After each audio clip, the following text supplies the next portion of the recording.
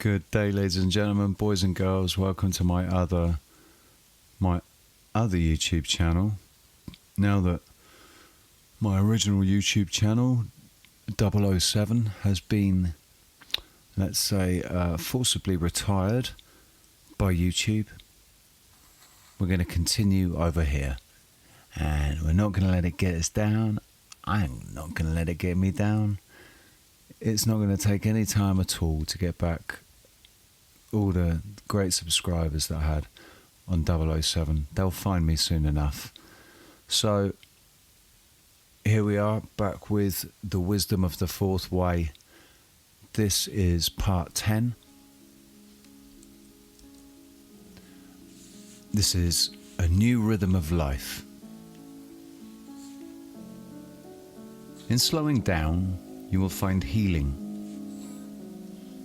None of us can get anywhere in terms of breaking out of the vicious cycle of being what we are or finding something sacred and wonderful about life if we don't create some opportunity internally to slow down, to go deeper into our center, where we will find the great mysteries of life. Here, it is where this teaching becomes extremely useful because it helps you get into that center while you're in the hurricane.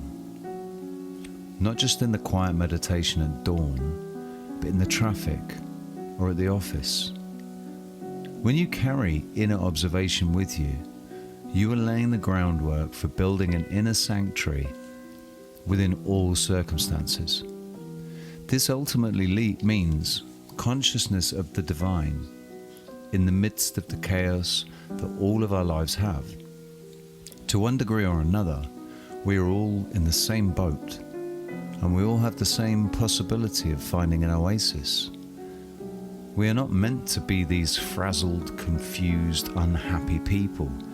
This is what the religions try to give us, but they often give it to us as, just believe this, and that will do it. This work sidesteps all of the theological knots and confusion and gets down to who you are and how you operate and tells you what you can do about it. So what does this lead to and make this strange work worthwhile? We have no control over these brief higher states, how long they last or when they come. From their contemplative experiences, they cannot make the sacred, the numinous, be present. They can only wait for it.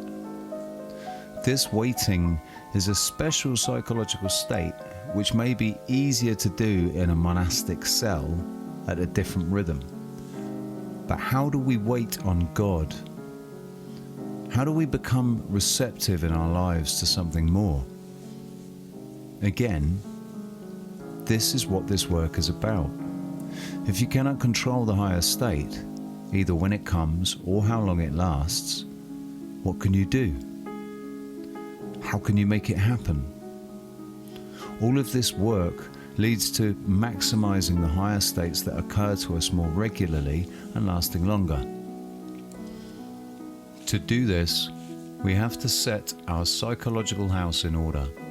We have to stop the massive hemorrhaging of our energy and of our mindset, which takes place from the moment we get up to the minute we go to sleep. If within 15 minutes after you get out of bed, you are wired or all caught up in something, you are done for. It is going to be a momentum lasting, most likely, all day long. All of the religious, philosophical, esoteric people of the world say that you must get to a point where many times during the day you can have a moment of stopping and recentering so that you are not just carried away by what is happening. Muslims do this, at least theoretically. If your day has a lot of frustration in it and a lot of busy work, where are you going to find room for that peace that passes understanding? For the state of mind that is receptive to the more mysterious aspects of life, to the higher self, which is not just an office worker and has a right to just be.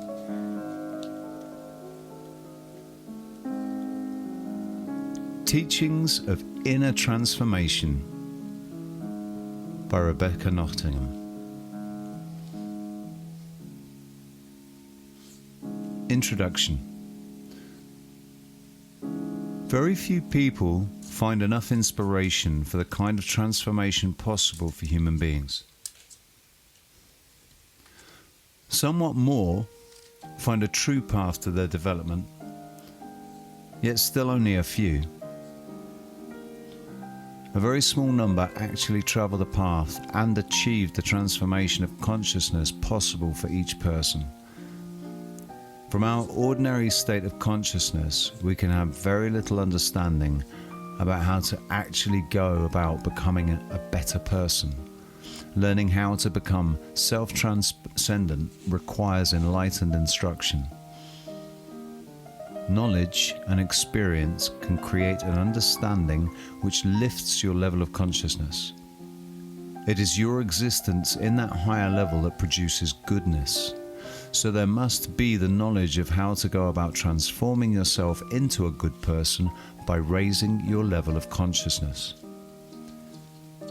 No one seems to know how to accomplish this thing called becoming good, or variously becoming real, becoming conscious, becoming self-transcendent, or just becoming.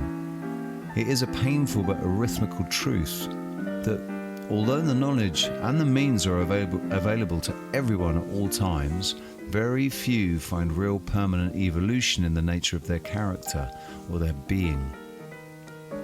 It is conscience which evokes this yearning for goodness in the heart. Conscience longs for purity and meaning. It is conscience that determines the outcome of this development in each person's life. How sad that though the means have been given to humanity, so many choose to remain unchanged. It is simply the path of least resistance that automatically attracts human nature. Nevertheless, unconditional love, which extends this opportunity, remains faithfully near us, continuously accessible, unchangingly good. Christ's life was lived out in every way necessary to bring all people under all circumstances personal communion with God. No other need to or can follow him to the literal cross. It is accomplished. Howsoever anyone finds God, he is the means, regardless of what it is called. It is possible to have an authentic transformation by the very simple and completely pure inspiration arising from empathetic experience with him and self-transcendent love for him.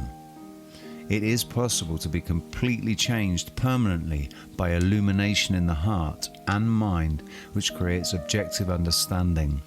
It is possible to find transformation through suffering, and although this is God's least desired way, it is a common human path because so many never turn toward God unless they are suffering. There is a path to transformation through the selflessly motivated imitation of Christ's nature. There is the salvific way of a God-centered life. And because he provided the way eternally for all, there is also a pathway for the psychological development that is accessible to the intellectual, rational, scientific mind.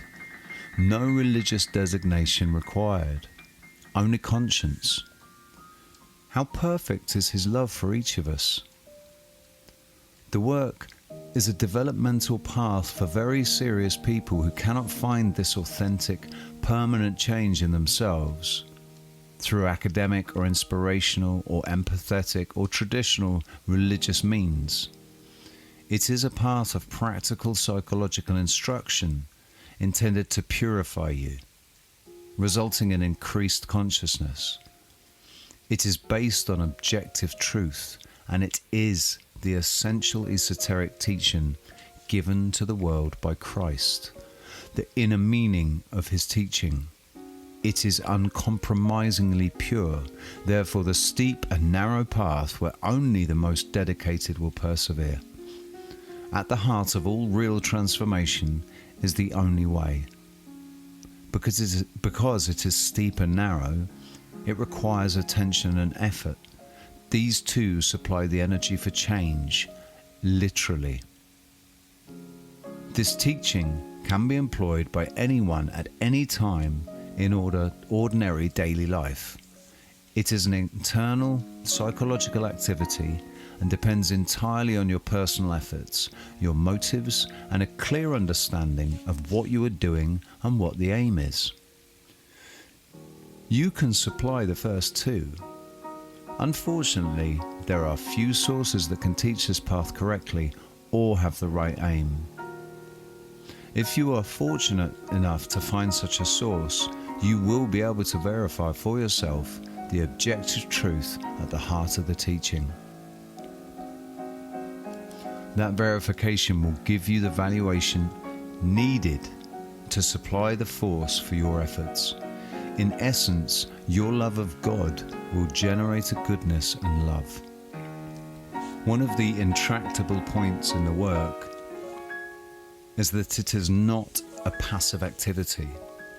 To listen or read and absorb knowledge is only the initial intentional effort.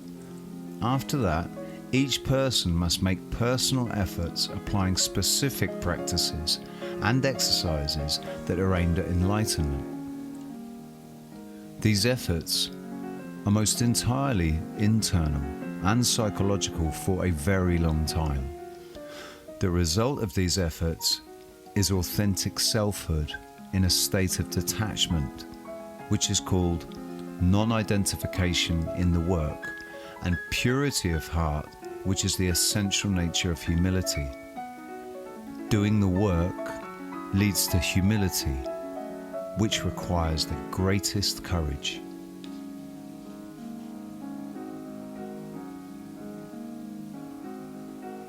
Self-observation.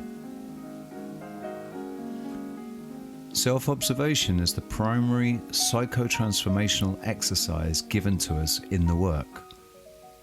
All progress in the work depends on diligent, uncritical, long-term self-observation. It is only through the experiential practice of this idea that one can gain the knowledge and understanding necessary for growth and change. Self-observation is the foundational effort in this process. Its value cannot be overestimated. All development proceeds from that point. You must intentionally turn a portion of your attention inward in order to observe yourself. It is essential not to judge or criticize what you observe in oneself. These emotions will distort what you observe and inhibit your progress. Try to detach from your justifying and observe the feeling objectively. Keep tracking back in your psychology, not your history, to find the source of this unpleasant experience. Continued self-observation will give you knowledge, understanding, and the possibility of detachment and liberation from this recurring state in you. All wrong work loses force when it is seen through self-observation. Use the recognition of this unpleasant experience as your reminding factor and third force to not identify. You are then using the problem to solve the problem. Self-observation needs to be freewheeling and spontaneous. Your observations will lead to a catalogue of insights, which will then give you a truer picture of what you have to work with. Keep the efforts more internal. Practice self-observation uncritically. Do not become identified with what you observe. Try to separate psychologically from all negative thoughts, states and feelings. Release anxiety. Let personality be passive and observe, observe, observe. It is true that we need to be merciless with ourselves in seeing things for what they are, namely internal reactions, attitudes and states. But this mysterious practice of self-observation is about creating a new quality of awareness within yourself and clearing the ground for a new sense of identity. Ultimately, it leads to a development of being that is characterized by great compassion, even for the mechanical and chaotic aspects of yourself. So this is imperative. Do not judge what you see, just see it. The more you see it, the more you will want to change it, and the more opportunities will arise to do so.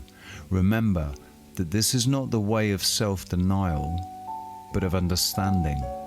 As you know, understanding is defined in the work as the result of knowledge and being. Self-observation gives you knowledge on how to create being. Your repeated efforts at self-observation will build a work memory that will in turn remind you to do the work.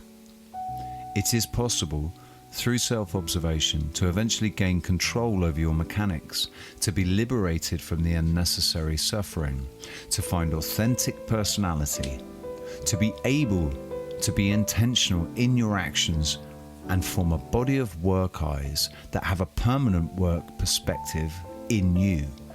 This work is about personal, internal purification. All of the transforming knowledge in the teaching is aimed at this goal of purifying the emotional center. Self-observation is necessary to shine the light of consciousness into the dark unconscious of our own psychology. Regarding your statement on surrendering my will, practicing the exercise of self-observation is not the same as surrendering your will. Self-observation is the only source of information that will inform you about what you need to surrender and what you need to keep. So leave the surrendering of your will out of self-observation. Simply observe yourself non-critically and especially observe negativity. The aim here is to see the psychological origins and motivations for our actions in the world. In doing the work, beginning with self-observation, little by little we disempower those tyrannical eyes. We create in ourselves a place of knowledge, perspective and empowerment from which we can act intentionally. As self-centered eyes lose power under the effect of the work, we cease to have so many requirements of the world. We become free of constantly needing what we don't have, or constantly being unhappy with what we do not have. We recognize that our attitudes and our opinions are relative and our likes and dislikes are irrelevant to reality. So it is essential to see yourself objectively, or you will not recognize what it is you must work on. Remember that this work is psychological and internal, requiring real and continued effort. The reason that self-observation needs to be spontaneous is because you can only do it when it occurs to you, whenever and whatever the circumstances. The observing eye will give you better information if it is unencumbered by schedule or contrivance. What you need to be observing is the state that you are in. Are you confused? Are you anxious? Are you in negative imagination? Are you inner considering? Are you being critical of what you observe? Do you notice when you're insincere? Do you see yourself lying, pretending to know, or care, or understand, or be sympathetic, etc.? Can you feel identification when you are in it? Do you see the changing eyes, contradictions between the eyes and the buffers? Do you see vanity, the need to be right, insisting on having your own way, being disappointed that you don't have what you want? Do you notice how much of your behavior is based on what you don't like or like? The point of all this observation is to build real I, which is not polluted by any of the wrong work mentioned above. It takes intentional efforts, real desire for change, willingness to see yourself honestly, and time. This work is a process that begins with the first eye of self-observation and can grow to the point where there is a permanent presence in your psychology, a source of understanding formed by the work, knowledge, and experience. You say you forget constantly and ask if it is just a matter of will. It is a matter of building will. If you have an aim to observe yourself, your aim has force. Use it. Fill your life and your schedule with reminding factors. For example, put your wristwatch on the opposite wrist to remind yourself to observe every day you look at the wrong wrist. Put notes on mirrors and refrigerators.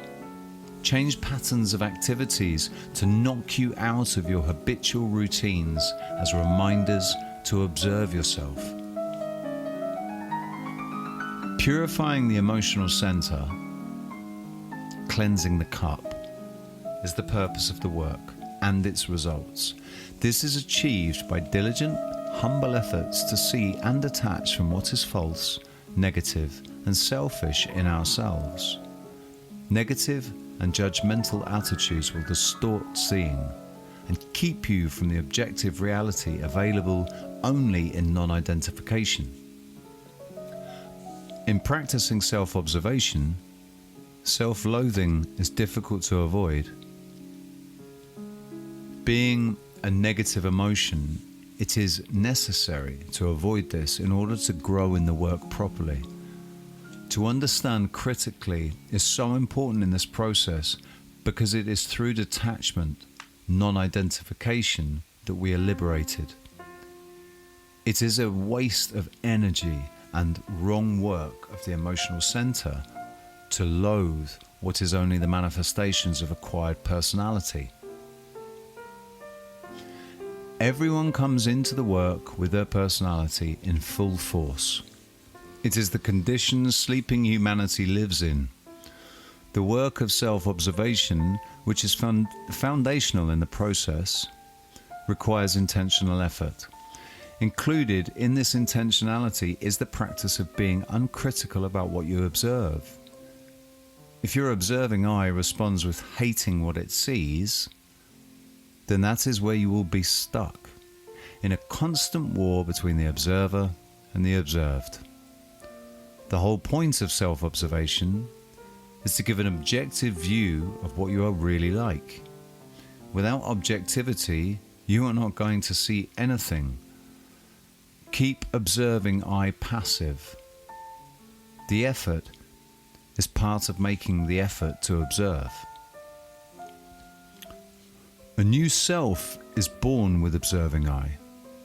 It is the real self, and it will grow stronger and become more present with the continued practice of self-observation. The practical work and verifying experience, your awareness expands. Continuing efforts can expand your consciousness permanently, but what you sacrifice to reach this point is all that you believe yourself to be, and all interest in seeking personal gratification. Not everyone is willing to pay such a high price. Question. I seem to experience self-remembering more than I do self-observation. There are very frequent moments when I'm painfully aware of myself, but do not know what to make of any of it. Response. Being painfully aware of yourself is neither self-remembering nor self-observation. It is the natural condition of every human being's psychology. It is inner considering. It is due to the wrong work of the emotional center that it is concerned with appearances and other people's feelings towards you. You are the point at where you are aware of being painfully aware. This is a step above being painfully aware. The next step is simply to be aware. Just being aware is the first crack in personality. The work starts here. Self-observation comes first. It is an intentional effort. It's done uncritically. Eventually, observing I gains enough power to direct behavior, but for a long time, you cannot do anything but observe. What can you observe objectively about being irritable? Is it an unpleasant feeling, or do you picture yourself as a lovable grouch? There's no such thing, by the way. Are there any eyes that secretly enjoy the zing of negative energy? What eyes are irritable? The ones that want something that they don't have. The ones that have to do something that they don't want to do. The ones that are feeling inadequate, unsatisfied, unsure. We could go on and on, but the point is that all of the above and more belong to inner considering, to acquired attitudes, likes and dislikes, etc., etc. That is all that the work tells us that we must separate from.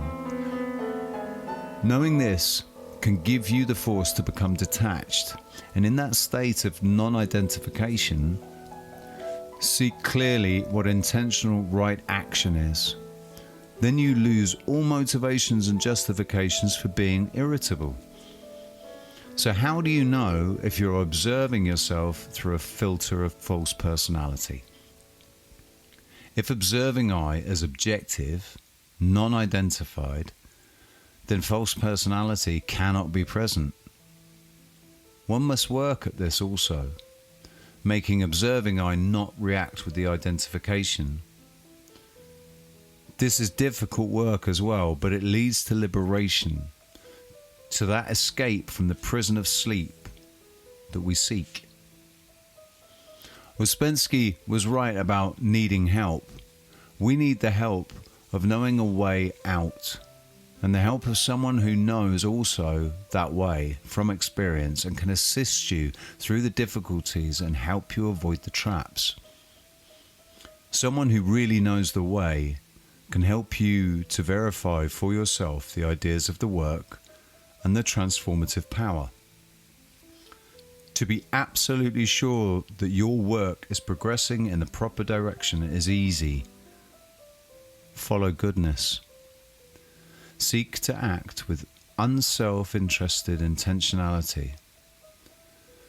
Every normally formed human being has the innate knowledge, faculty of reason, of what goodness is.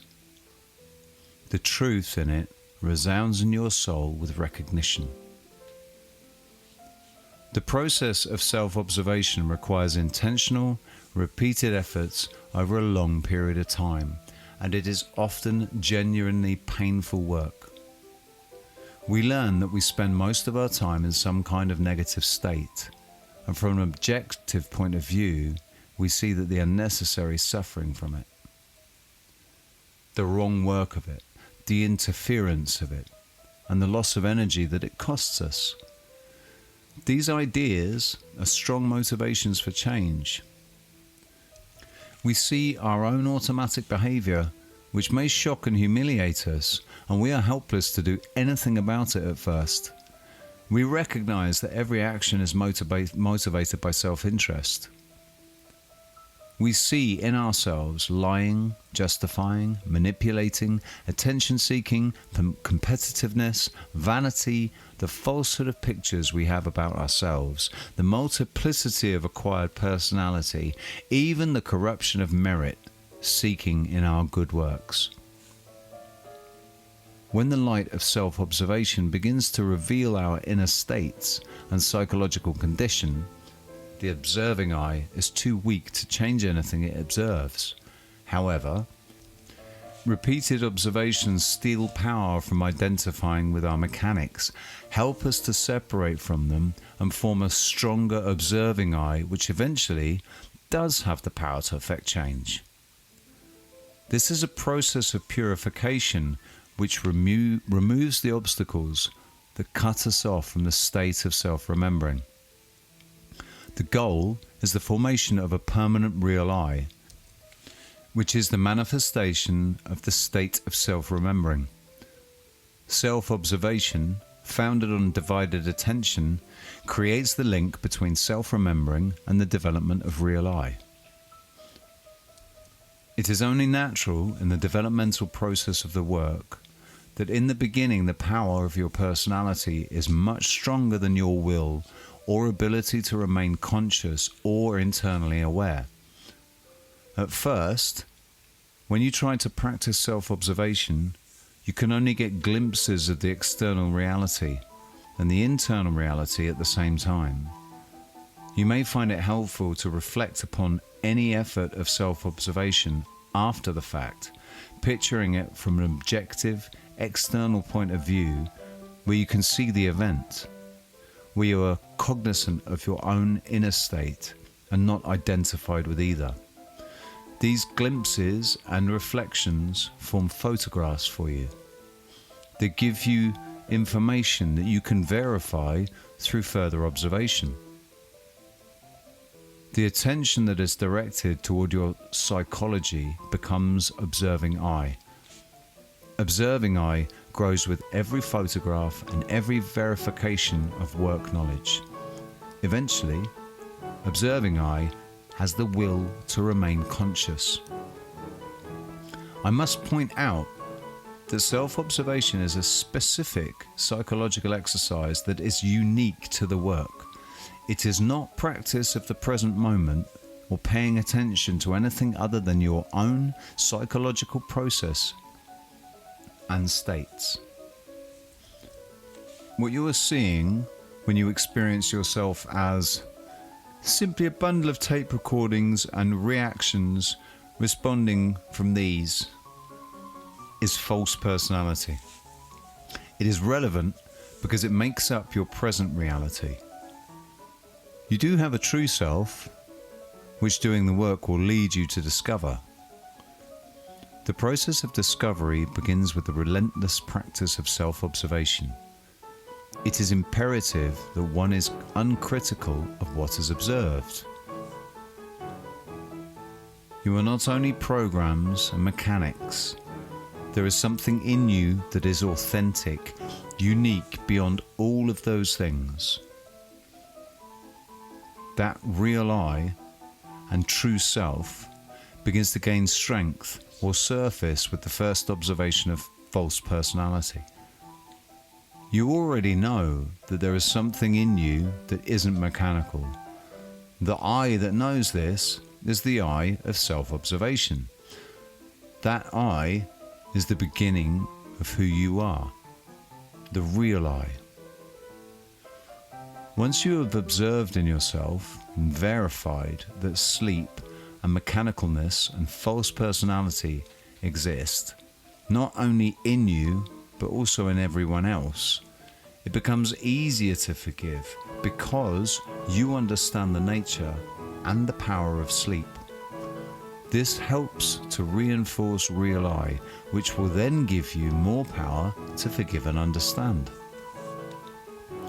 When you first practice self-observation, you will probably begin with seeing yourself as if from a distance.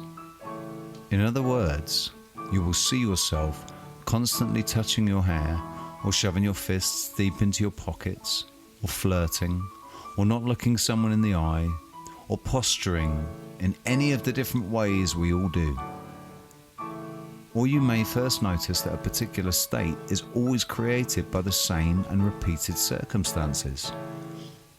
As soon as you get in the car, you become tense, anticipating the drive ahead. or having a particular activity interrupted, you notice that you always become irritated. Or receiving mail gives you a little thrill. A compliment makes you feel validated and happy. But all of this is only half the picture, the external half. The other part of this practice is to begin to see your internal state and psychology as well, and in the conjunction with your external observances. The other part of this practice is to begin to see your internal states as psychology as well, and in conjunction with your external observances. It may begin as only an awareness. For instance, you see yourself acting very self-confidently while you are actually feeling insecure. Or you observe yourself in conversation, nodding apparently in agreement or understanding, when you actually have no idea what the other person is talking about. Self-observation does take effort, and it requires long-term, often repeated efforts. Sometimes you will see something very clearly. Sometimes your efforts produce nothing, or something vague, or only later will you become cognizant of what was observed earlier. But when you begin to make sincere and repeated efforts to observe yourself, you'll probably experience what your fellow student did. You will have a spontaneous experience of self-observation that will feel clearer to you because there is only seeing without trying. This happens because what practices self-observation in you is observing I, and it is growing in presence with every experience of self-observation. Eventually, after long-term authentic work, self-observation becomes a sort of faculty in your psychology that functions on its own. It creates observing I, which becomes real I, which has access to objective consciousness. What effort is too great to make for this? When I speak of self-observation, I'm not referring to self-remembering. These are two distinct and very different experiences and practices. Self-observation is psychological exercise of seeing objectively both our inner state and our outer reality at the same time. It is an exercise that over a long period of time and a large accumulation of observations leads to a degree of self-knowledge and objectivity, non-identification. Under these conditions, full self-remembering can take place. Knowledge in the fourth way means understanding the work ideas. That requires pondering and practical work. Increase your efforts to gain all the intellectual information you want or need and reflect upon it. Then begin the initial practices of self-observation and not expressing negativity. That is the process for awakening, and that's a long one. If you are just beginning in the work, presume nothing. Verify everything. Read, and practice self-observation. When you are practicing self-observation and that which you are trying to observe disappears, there are a couple of possible explanations. In the beginning, although it may seem hard to grasp, the ego will oppose work efforts. It does not want to change, and it certainly does not want to be seen. So perhaps some particular eyes are hiding from observation. Sometimes, when you practice self-observation, that which is observed simply ceases to exist under the light of observation. For instance, if you are angry and you observe your anger in the context of work knowledge, and you see the self-interest, the lie, the machinations, the childishness in the anger, it can die on the spot It isn't a should or shouldn't situation. This is just one of the things that occurs during self-observation. You have a very important opportunity in what you have been experiencing. You say, the emotional feeling is separated from the thoughts that have aroused these feelings. The thoughts are only eyes, and separating them from the emotional feeling that they evoke is what we work very hard to be able to do. To have experienced this spontaneously is an insight, and maybe an organic understanding of that condition of inner separation that can help you to know what you are aiming at. It is freedom from identification. To remain objective during observation takes practice. It may help you to separate the observing eye from your personality's manifestations by referring to them in your observations as it, rather than taking them as yourself. For instance, it, meaning the mechanical, automatic personality that you call self, is irritable. It feels successful. It is tired. It doesn't like. It thinks that people should. Some people find this exercise helpful. You could try, while being internally aware, to have observing eye passively registering what it sees. Maybe only subconsciously sensing the inner state. In other words, you see yourself talking to someone and your observing eye just notes that you are uncomfortable. Let it go. Reflect on it later. Remember that what you are observing, the manifestations of your false personality, is not you. It is the acquired attitudes, opinions, likes, dislikes, pictures and imaginations, habitual behaviours, habitual thought processes that were laid down in you without your conscious participation. All of these things are not what is real in you. When you know this, it becomes easy for observing eye to be objective. It is not the real you that is being observed. What is behind the observer is the real you. It is through self-observation that real I comes into existence and gains consciousness and will.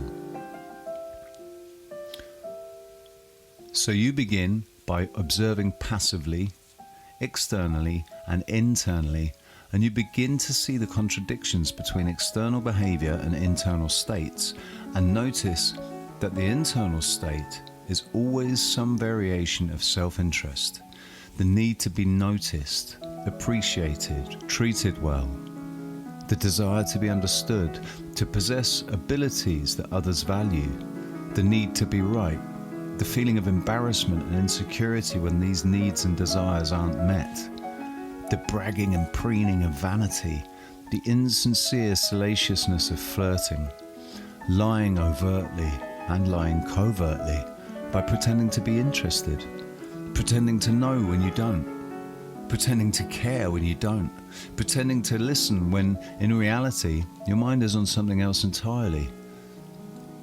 Manipulations and the inauthentic actions of all varieties. Inner considering is always concerned with how it appears. This is only sometimes vanity. External appearances, position, appropriate deference, merit, status, valuation are all core emotions in inner considering. It is only by observing, verifying, and working against inner considering that you can begin to get to the point where your every thought and action is not motivated by self-interest. This is where real external considering can begin to happen. It doesn't happen by focusing exclusively on the thoughts and opinions of others. It happens because being divested of self-interest leaves room in your psychology for seeing clearly and being able to act consciously in the moment. Okay, 45 minutes. We are going to wrap up there, and there's still quite a lot left to this section. The next bit is another question and answer, and I'm going to come back with that tomorrow. Like I said, 45 minutes to an hour. I don't want it to be more than an hour, and if I try to finish this section, I think it's going to be more than an hour. So we're going to stop here and start again tomorrow. Thank you very much for being here. Hope you're having a great day. Much love.